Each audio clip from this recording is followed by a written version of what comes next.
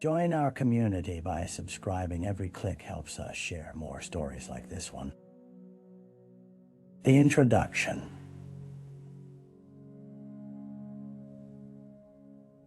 In the early hours of a brisk April morning, a light drizzle painted the streets of Oakwood, Oregon, a ghostly gray. The town was still asleep, its residents unaware that a storm was brewing, one that would change their lives forever. The once peaceful community, nestled among dense evergreens and the gentle whispers of the nearby river, awaited the arrival of an unsettling truth. Detective Sara Mitchell, a seasoned investigator with over a decade of service, stepped into the damp air, her footsteps a soft rhythm against the cobblestones. She was called to the scene of a crime that shook the town to its core. A body had been discovered in a secluded park, a tranquil space reserved for afternoon picnics and children's laughter. Now, it lay shrouded in police tape and the unrelenting curiosity of onlookers.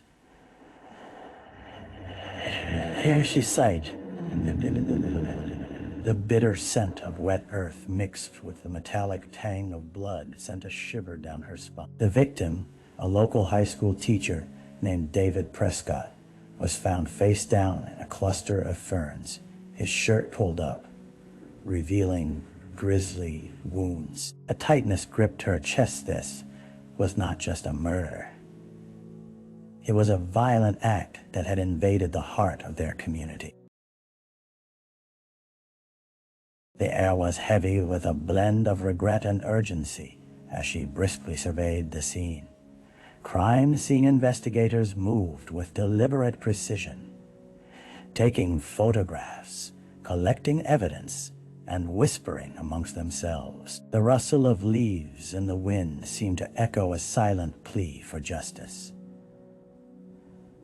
Sara knew that within the chaos, answers awaited, but darkness often cloaked the truth. A shift in the air alerted her attention toward a group of locals gathered nearby, their murmurs a mix of shock and confusion. She recognized some faces, families who attended the same grocery store, joggers she passed on morning runs, and kids who shared playgrounds. The tight-knit fabric of Oakwood had begun to fray, the threads unraveling in the face of violence. As she donned her gloves and knelt beside the victim, she made it a silent vow. She would unearth the secrets buried within this tragedy. Time was ticking, and with each passing moment, the clock had started. It was only a matter of time before its chime revealed the truth. Determined, Sara's investigation into David Prescott's death would peel back layers of this serene facade, exposing the darkness that lurked beneath. The victim. In the days following the discovery of David Prescott's body, the narrative of his life began to unfurl like a tattered book. In a town that had once known him as a dedicated teacher and friendly neighbor, whispers soon flickered like candle flames, illuminating the nuances of the man that was David. 52 years old, David was known for his patient demeanor and love for his students at Oakwood High. A fixture at the local coffee shop, he would often be seen crafting lesson plans with a mug of steaming black coffee cradled in his hand. Friends described him as approachable, always willing to lend a listening ear, endeared by his fondness for music and his uncanny ability to make obscure historical events relatable to teenagers. Really going or not? Yet, in the shadows, his relationships bore complexities.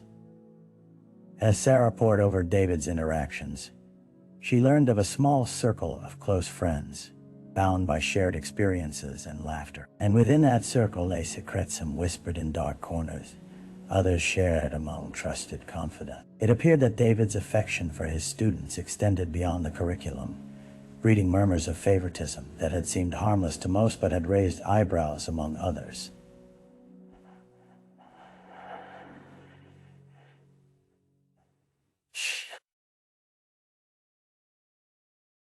After long days at the office, Sara visited David's small, modest home, a brick structure with ivy creeping along the walls, remnants of his life scattered in every corner. She was greeted by the musky scent of old books, their pages yellowed with time.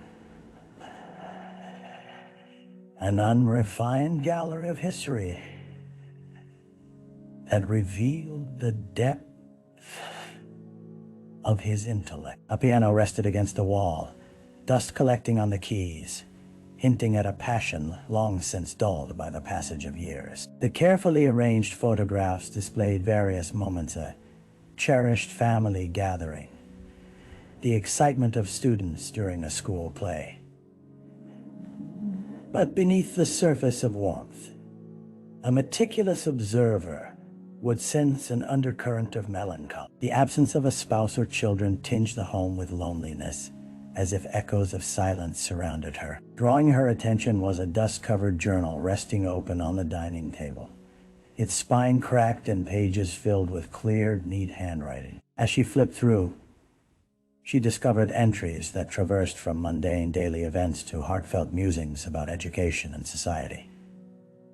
Yet, in the later pages, an ominous tone emerged, a shift toward despair, bordering on resignation. It suggested that David had been burdened, perhaps by unresolved issues that transcended the walls of his classroom.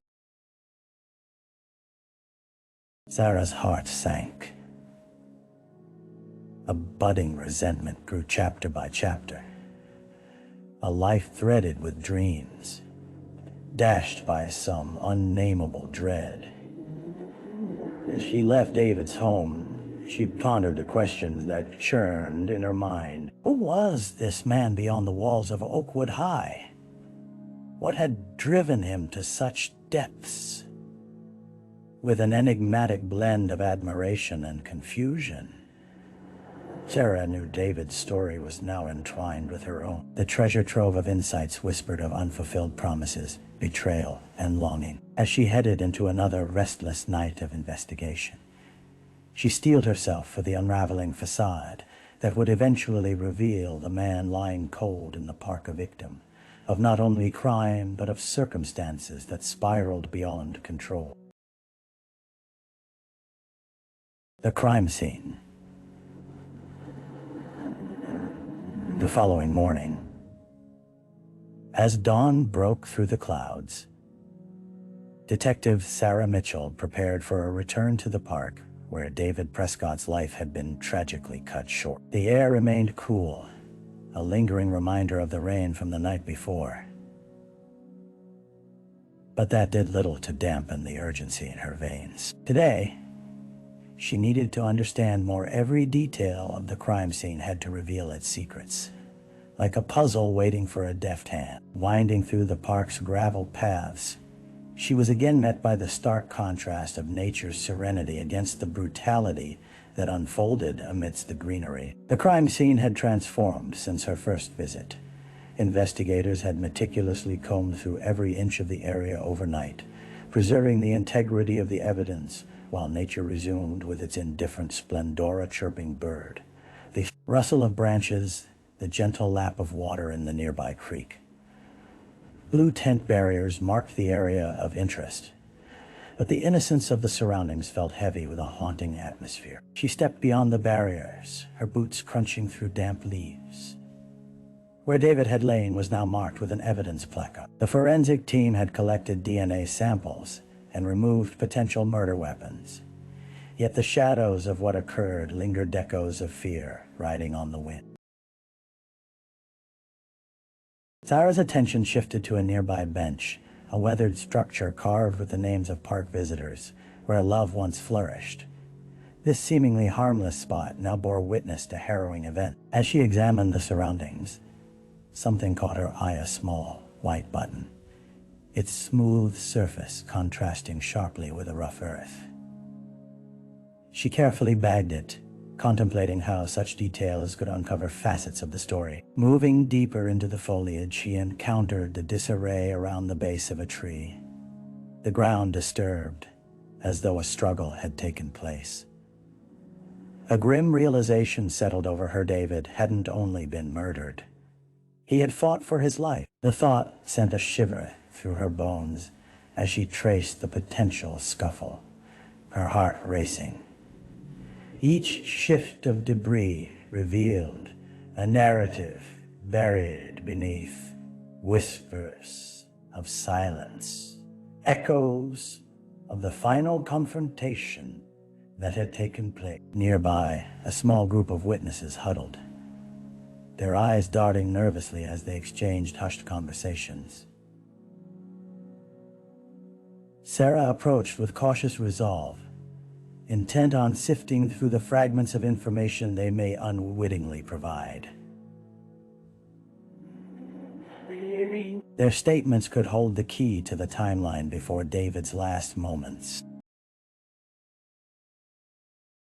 As she engaged them, she sensed their fear for their own safety, fear of what lies beyond the familiar comforts of Oakwood. Each tremor in their voices chipped away at the once unyielding tranquility of the town. In a dance between fear and determination, Sara vowed to gather every piece of information, no matter how trivial it seemed. Because sometimes it only took a single thread to unravel the entire tapestry of deceit. She stepped back, surveying the once idyllic park with new eyes. The tranquil lake shimmered under the morning sun, casting fleeting reflections that flickered with hidden dangers. The darkness lingering within these woods had insidiously intertwined with their peaceful facade, and she was determined to uncover the truth hidden within. With her heart pounding, she turned back to the task ahead, solving the case of David Prescott before the dark secrets consumed Oakwood entirely. The early investigation. As the sun continued its ascent, casting golden rays across the park, the once bustling thoroughfare of Oakwood transformed into a mosaic of whispered conversations and cautious glances. Within this ambience of uncertainty, Detective Sara Mitchell initiated her early investigation, turning her attentions toward the core relationships in David Prescott's life. Knowing that colleagues and acquaintances could provide vital insights, she flexibly set her plan into motion. Sara's first stop was Oakwood High School, where David had dedicated himself to shaping young minds. The building, with its aged brick facade, appeared both inviting and foreboding, an institution that had seen generations of students pass through its halls. She was met by Principal Angela Rodriguez, who wore a mask of grief, but even more so, disbelief. "I can't wrap my head around it," Angela said, her voice barely above a whisper. "David was a beloved member of our faculty. He had a way with the students, they adored him. But lately, several have mentioned some discontent. I myself noticed a change in him." Sara's interest peaked. "What kind of change?" Angela hesitated, tapping her fingers nervously on the desk. "He seemed more withdrawn. It was subtle at first, just a flicker of something restless beneath the surface. I sometimes caught him staring out the window, lost in thought. I thought it was stress, but now." Her voice trailed off, replaced by a silence heavy with guilt. As Sara gathered contact information for David's closest students, a palpable tension settled in the room. With newfound determination, she set her sights on the after-school program David ran, a space that blended academics with the arts, a nurturing environment for students seeking an outlet. The atmosphere at the program was thick with unease. Several students shuffled in their seats, eyes darting toward the door, whispering half-formed sentences that fell into an uneasy silence at Sara's arrival. When she introduced herself and her purpose, she was met with a mix of apprehension and eagerness.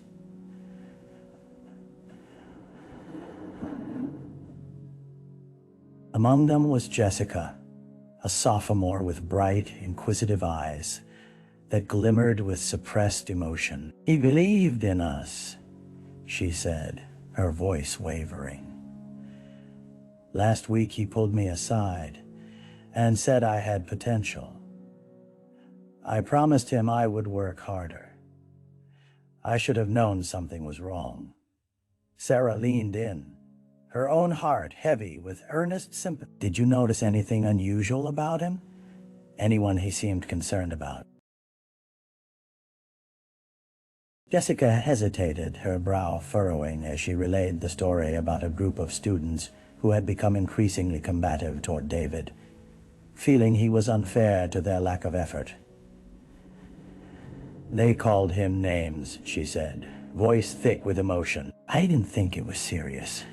I just thought they were being immature. Sara raised an eyebrow, sensing underlying tensions she needed to flesh out. She took note of Jessica's apprehensive demeanor, recognizing it as a reflection of something much larger at play. As the day unfolded with interviews and exchanges, the puzzle pieces began to take shape, revealing a landscape of unexpressed anger hidden beneath outward smiles. Sara understood the key to unlocking the truth lay not just with David's students and colleagues, but within the broader context of their connections.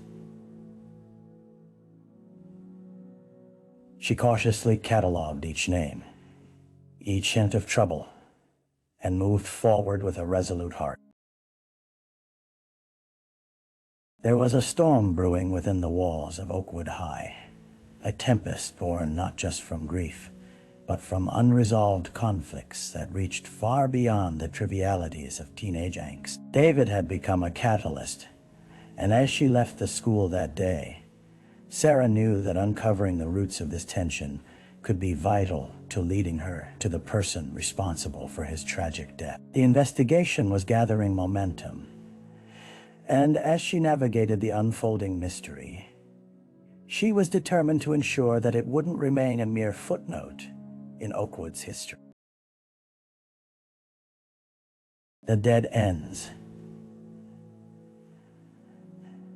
As the days slipped into nights, the investigation into David Prescott's murder took on a frantic pace, but with each new lead came a rising tide of frustration. Detective Sara Mitchell found herself surfing the edges of anxiety as the path forward began to fragment like glass beneath her feet. Numerous interviews with students, friends, and co-workers yielded information, yet each piece felt like a puzzle that refused to fit together. The potential conflict with the group of discontented students had promised a lead, but their alibis were airtight, verified by teachers and parents. None had been seen in the park that fateful night, and the more she probed, the more they seemed like innocent victims of circumstance, drowning in a tide of guilt without having committed a crime. Time marched on as she connected with David's closest friends from college, now scattered across nearby cities. Each conversation echoed with shared memories, a camaraderie steeped in nostalgia, laughter, entwining with lengthy discussions about life dreams and long-forgotten secrets. Yet beneath the surface, they offered only platitudes, devoid of any substantial insight into the man David had become. One casual encounter with a college friend, Tom, revealed a bitter truth. The years had left scars. "We lost touch after he took that teaching gig," Tom said, regret pooling in his eyes. "I wish I could say something to help, but sometimes we carry a darkness that festers quietly." Sara left with a sense of disillusionment, another thread unraveling from the tapestry. Each call to the local bars, searching for patrons who might have seen David in his final hours, returned with dead air.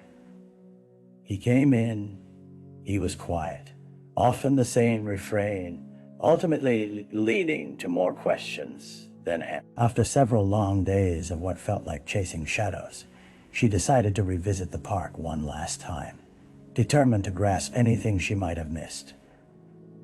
The chill of evening in the air wrapped around her like a cloak as she walked the familiar gravel path. The trees, stood as silent witnesses to both camaraderie and crime.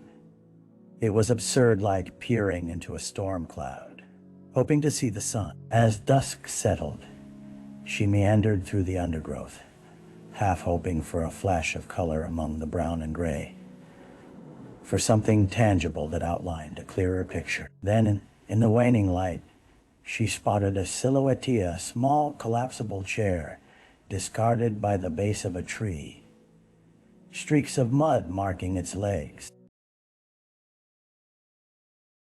Feeding off a glimmer of instinct, she pulled out her flashlight, illuminating the chair's fabric, a familiar pattern that seemed understated but vibrant. It was a peer's chair, often used during picnics or youth meetings, a casual seat for shared stories and laughter. Yet here it lay abandoned, as out of place as her own swirling thoughts. She pulled out her phone, snapping a picture. Returning to the precinct that evening, she couldn't shake a sense of impending doom. The weight of the trail's dead ends pressed heavily on her shoulders. The pieces of David's life were spread out before her friends, too busy with their own lives. Students caught in a maelstrom of teenage drama, but somewhere within the murmurs of Oakwood, truths remained hidden. Pushing through the weary air of the station, she began to retrace her previous communications, casting a wide net around the locations where David might have spent his final hours. The lingering feeling of missing something gnawed at her, an itch without a scratch. But nothing in her folder felt right, as though she were cupping water in her handsel ways, slipping away the moment she thought she had a grip. As night enveloped the town, Sara swallowed the bitter reality that she was still no closer to understanding who had taken David's life and why. Clarity would have to rise from the ashes of confusion. But for that, she needed a breakthrough, one that eluded her, cloaked beneath layers of silence and evasive truths. A break in the case. A week had draped over Oakwood like a heavy shroud since David Prescott's tragic death. The tension in the town was palpable, but Detective Sara Mitchell pushed forward with an unyielding determination. After days of dead ends and fruitless leads, she found herself drawn back to the scene of the crime yet again. Perhaps, she thought, a return might force the pieces together, something elusive might finally come to light. As she strolled through the park, her mind replayed conversations and clues over and over again, each detail slowly unraveling before her. The sun hung low in the sky, casting golden hues against the backdrop of greens and brown. Just as she approached the area where David had been found, her instincts flared to life. An uneasiness settled in her gut, urging her to look closer, to dive deeper into the underbrush. She had meticulously retraced the steps of their last known hours. Yet something stirred in her that morning, a persistent whisper echoing in her mind. Turning on her flashlight, she swept the beam back and forth, eyes scanning the soil for any sign that might have been overlooked. Minutes passed, but then there was a crumpled slip of paper wedged between the roots of an ancient oak. With a sense of urgency, she knelt to retrieve it, her heart pulsing as the words began to reveal themselves. It was a torn page from a notebook, scribbled in hasty handwriting. "Meet me at the park. I can't take this anymore. I need to tell you the truth." Sara's mind raced through potential interpretations. Who had been planned to meet David, and what truth lay cloaked beneath those emotional tenets? She had come across enough secrets tangled within the walls of the high school, but this felt like something more potent. Just as she stood, ruminating over the note, her phone buzzed insistently in her pocket. A text from Officer Graham, a rookie investigator on the case. "You need to see this. Urgent." Curious and a touch apprehensive, she dashed toward her vehicle, the crumpled paper pressed tightly in her palm. When she arrived at the precinct, Officer Graham was waiting for her, a grave expression plastered across his face. "We just received a call from one of the students," he said, catching his breath. "He claims he saw something the night David was killed. He couldn't remember until now." "Who?" Sara questioned, her heart racing with hope. "Nick, one of the junior students. He says he saw someone arguing with David near the park entrance just before sunset." Sara's breath hitched. A rush of adrenaline kicked in. What did he see? He didn't recognize the person, but it sounded intense as something about David confronting someone. He mentioned a confrontation, but didn't know the subject. They rushed to find Nick, who was waiting nervously at the school pail and twitching, as though the weight of his knowledge pressed heavily upon him. After what felt like an eternity, they settled him down in a quiet corner of the cafeteria. As Nick nervously recounted his account, images of tension-filled words hung in the air, like storm clouds waiting to burst. "I didn't want to get involved," he stammered. "But I know it's important." They were arguing about grades. David looked angry, and then Sara leaned in closer, desperate for specificity. "What else, Nick?" The other guy recognized him. "He's a friend of some of my classmates. I thought he was on the football team, but I can't remember his name." A glimmer of recognition sparked within Sara. The threads of David's life were finally weaving together, illuminated by Nick's insight. A wave of hope surged through her as she realized they were peeling back the layers of the truth, inching closer toward the heart of the matter. With renewed determination, Sara felt alive with possibilities. The break in the case was tangible. Nick's information could be the thread connecting the stormy surface with the truth lying beneath. They needed to act swiftly somewhere. Amidst the roiling surface of Oakwood, more secrets awaited, and they had to uncover them before it was too late. The suspect. The halls of Oakwood high buzzed with tension the following day, as if the walls themselves had absorbed the electricity of secrets and whispered fears. Sara Mitchell stood in the shadow of the building, her mind racing with possibilities.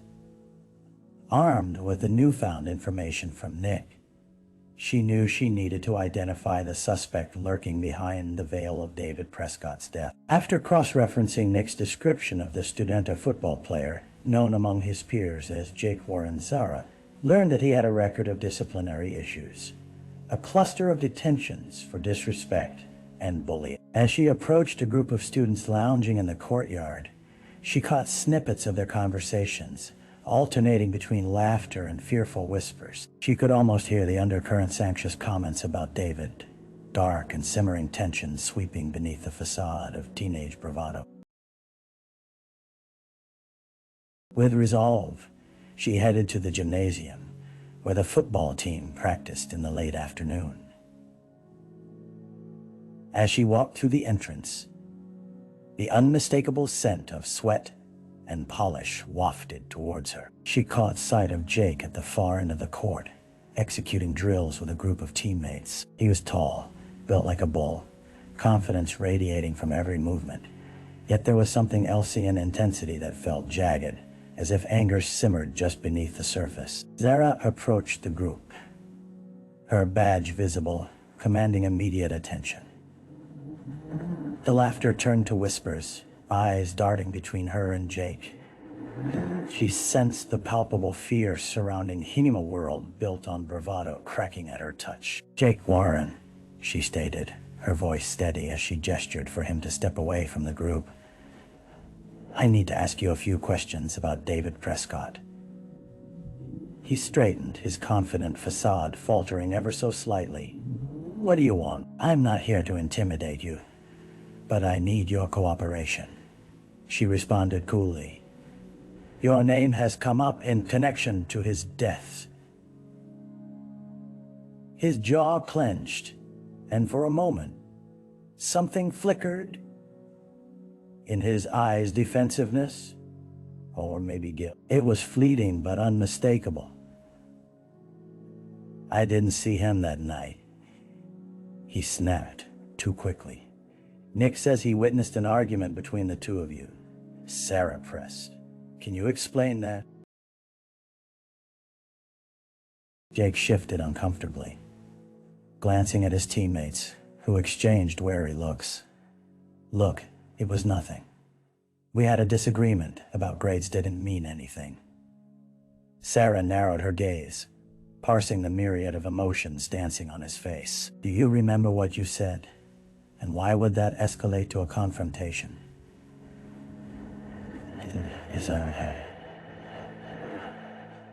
His eyes flared, and for an instant his bravado washed away, revealing the frightened young man underneath. It's not what you think. I didn't mean I wasn't going to hurt him. Sara moved in closer, seeing an opening.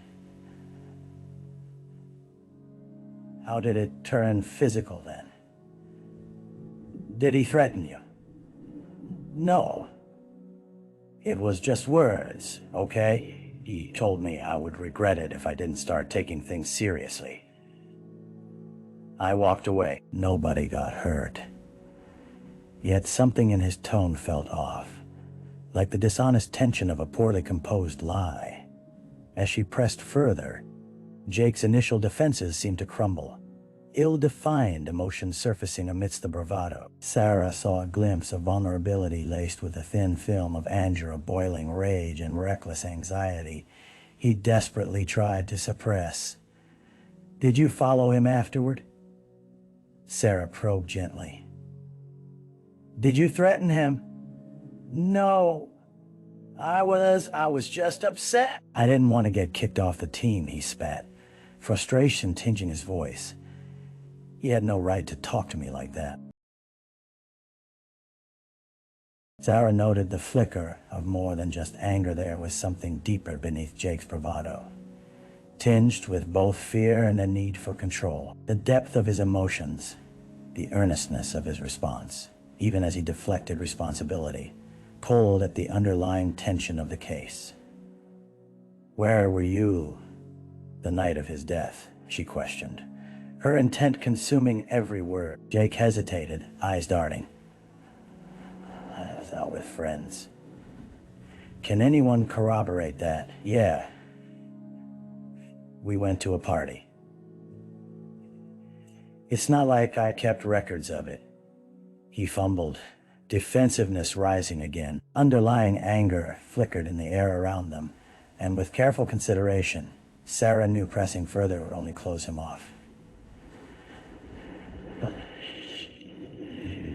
She said tersely, deciding to leave the matter suspended for now. She understood that for every answer he provided, there lay an incoherent web of anger, desperation, and fear. As she walked away, she felt the shift in atmosphere behind her attention, charged with betrayal, as though she had ignited a firestorm that could not be extinguished. Jake Warren had a story to tell, one woven in secrets and emotions tangled deeply within the fabric of Oakwood High. And as she prepared to probe deeper into the case, she knew that the truth she sought lay intertwined with the struggles of youth, fraught with vulnerability, morphing into devastating outcomes.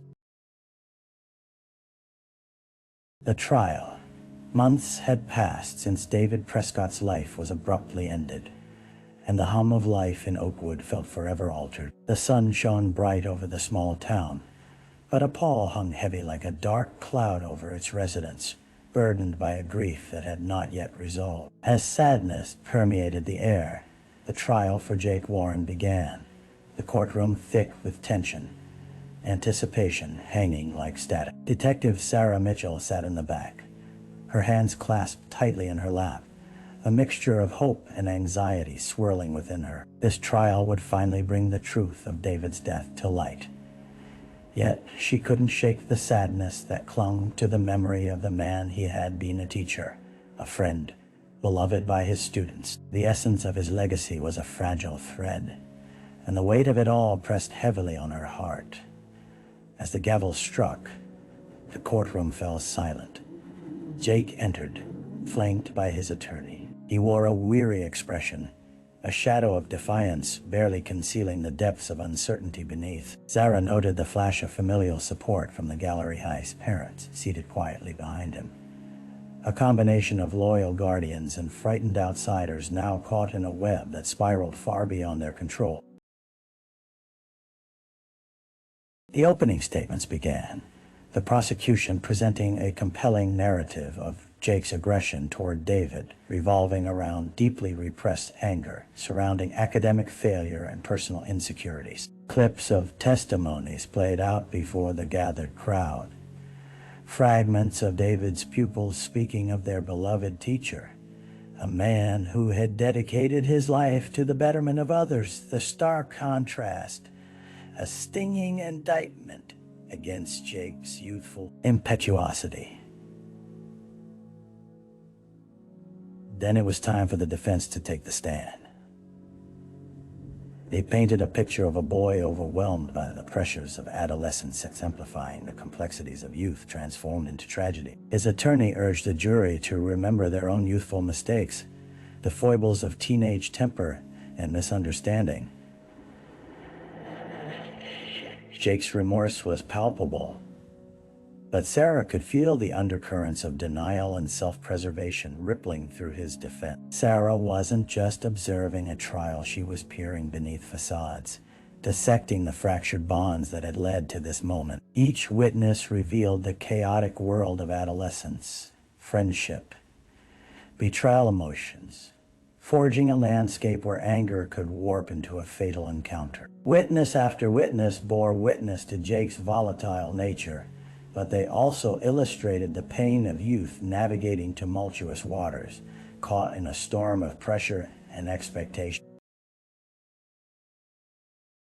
When it came time to present evidence, the prosecution showcased the crumpled note Sara had uncovered at the park, evidence that hinted at a confrontation between David and Jake. The implications of its contents echoed through the courtroom, the grief that had suffocated David in those final minutes, and the power dynamics of their conflicting emotions. As Sara listened intently to the testimonies, she recalled the conversations she had had with both Jake and Nick.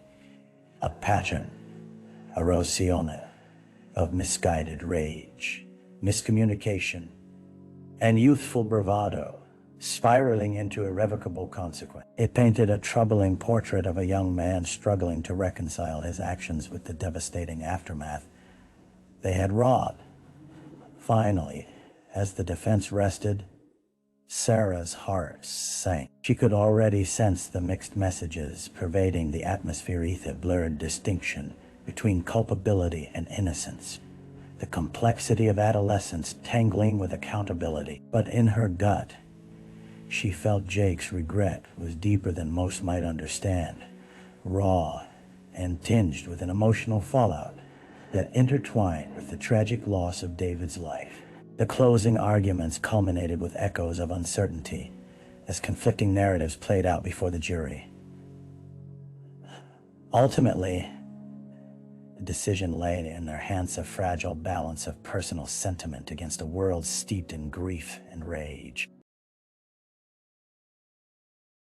In the days that followed, every moment felt elongated under the strain of waiting. The town buzzed with speculation, divided in their loyalties and dawning perceptions of culpability. Yet, beneath it all, Sara sensed an itch of unresolved longing past mistakes, weighing heavily on the scales of justice and empathy. When the jury finally delivered their verdict, the courtroom erupted in silence, fraught with suspense. The words hung heavily in the air, charged with consequences that would reverberate far beyond the walls surrounding them. Jake was found guilty of manslaughter. The sentence weighed upon him like an anterior-served, stunted youth alienated from promise. As the gavel fell, Sara felt an ache of understanding blossom within her, mingling with intricate strands woven through the narrative. Lives would be forever changed, none more so than the memory of David Prescott, whose lessons still resonated in Oakwood's hallways. In that moment, Sara understood that each decision, each turn within this harrowing journey, had forged an inextricable bond with the past tethered to their humanity. Justice, though imperfect, would echo forward as both a reminder and a catalyst for change, rippling through the fragile hearts entwined within the web of their shared history. And as she left the courtroom, she held on to hope that Oakwood would begin to heal from the scars that had marred its once innocent landscape. The aftermath, the days that followed the trial, felt like a heavy silence settling over Oakwood, an echoing void left in the wake of the verdict. The once vibrant community now teetered on the edge of reflection and grief, caught in a web of conflicted emotion. For Detective Sara Mitchell, the aftermath of David Prescott's murder unfolded as an intricate tapestry, one that revealed new patterns in the lives of those affected by this tragedy. In her daily routine, Sara sought solace in the familiarity of her investigation, sifting through the remnants of the case, even as the courtroom drama faded into memory. The case had concluded, but the nuances of David's life and death haunted her mind. She found herself standing in the park where delicate blooms began to spring forth, bringing color back to the landscape that had once been painted in the dull hues of loss. The air was crisp, touched with the scent of earth and renewal. As she sat on a bench, she reflected on the boys David's once admiring students now wrestling with the gravity of life altered. She had seen the tension in their faces during the trial, the blend of loyalty to their friend, Jake, and the sorrow for their teacher. Their youth, once filled with dreams, had been irrevocably changed, shaped by decisions made in fleeting moments of anger and despair. Sara listened as whispers of the trial thrummed throughout the community. Conversations buzzed like restless bees, twisting in and out of gossip-laden whispers.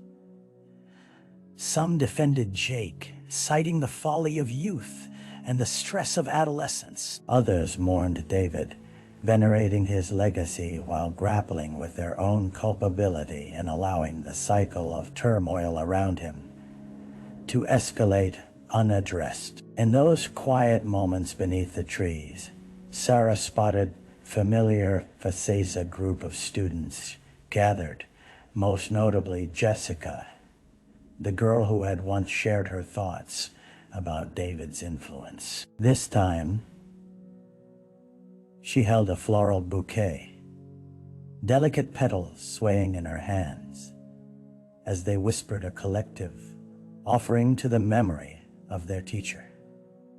Sara approached them, noting the quiet resolve that now wrapped around their gathering. She asked gently, knowing the burden they carried was one far heavier than their young shoulders shouldered. Jessica looked up, her brow furrowing slightly. "We're trying to remember him," she said softly, her voice cracking. "He taught us more than just history. He showed us how to be better, to think critically. I can't believe he's really gone."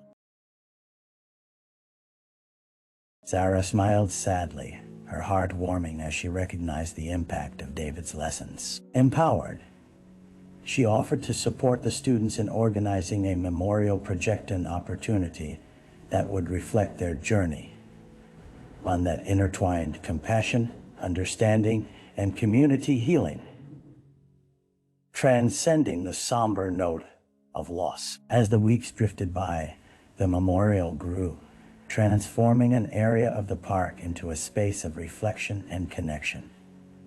Students painted murals, each brushstroke imbued with memories, fractured pieces of their lives, now holding the weight of purpose. They shared their stories, laughter infused with tears, blending joy and sorrow like colors melding on canvas. Sara watched from the sidelines, her heart swelling with pride as she saw seeds of hope being sown amidst the grief. David's memory was transforming, evolving into a powerful vehicle for understanding, urging these young souls to build bridges rather than walls, to confront challenges rather than yield to them. But for Jake, the aftermath proved harsher. His youth stripped away by consequence, he now faced the rigidity of the system, a future diminished by the weight of his action. The judge had been lenient considering his age, but the years ahead would still be constrained by the shadow of his past, an unrelenting reminder of the life he'd taken, one that would echo in his mind for years to come. Sara's inability to entirely release the emotional weight of the case persisted in her heart. She sought closure,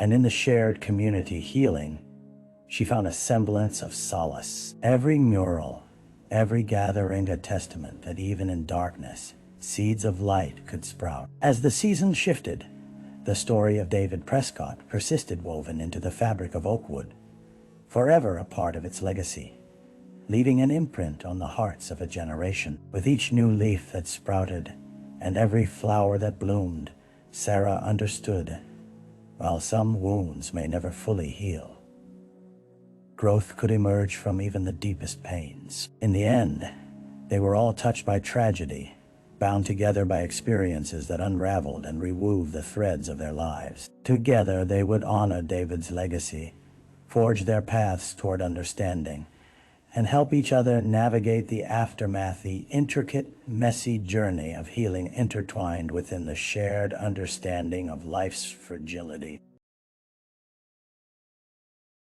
Reflection.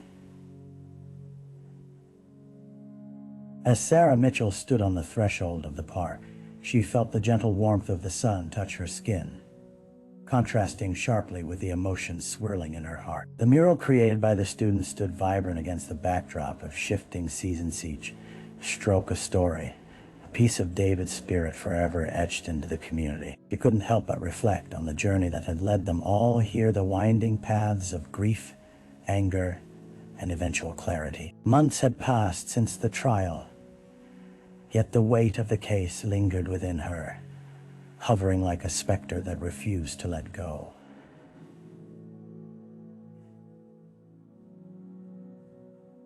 In these moments of reflection, she understood profoundly that justice alone could not mend the wounds it left behind. The trial had been a reckoning that transcended mere accountability.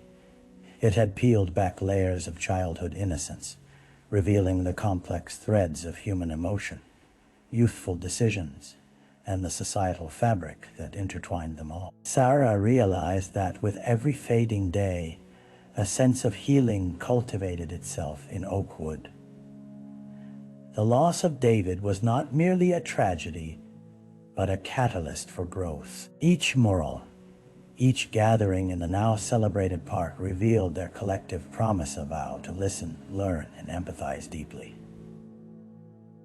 Sara felt an enduring sense of hope brew within her, one ignited in the wake of heartache. As she took a deep breath, inhaling the fresh air mingled with the floral notes from the memorial, the realization settled within her. Change began here. It began not in moments of success or laughter, but in shared vulnerability, carved from the very foundation of their united grief. In this moment, she understood that redemption lay not only in justice, but in the capacity of a community to learn, to adapt, and to embrace the imperfections of their shared humanity. Sara turned away from the mural, filled with a sense of tranquility interwoven with resolve. The challenges of youth, of heartbreak and anger, positioned themselves as foundational lessons along the path of life. She felt a renewed commitment to help shape conversations that mattered, conversations that could steer future generations away from violence and toward compassion. Though the echoes of loss would always resonate softly in the background, one truth was clear. The future of Oakwood held cherished promise. It was a place where David's spirit would remain vibrant and alive, thriving in the hearts of those who took the lessons he had imparted, weaving their lives into a resilient tapestry that embraced change, understanding, and hope.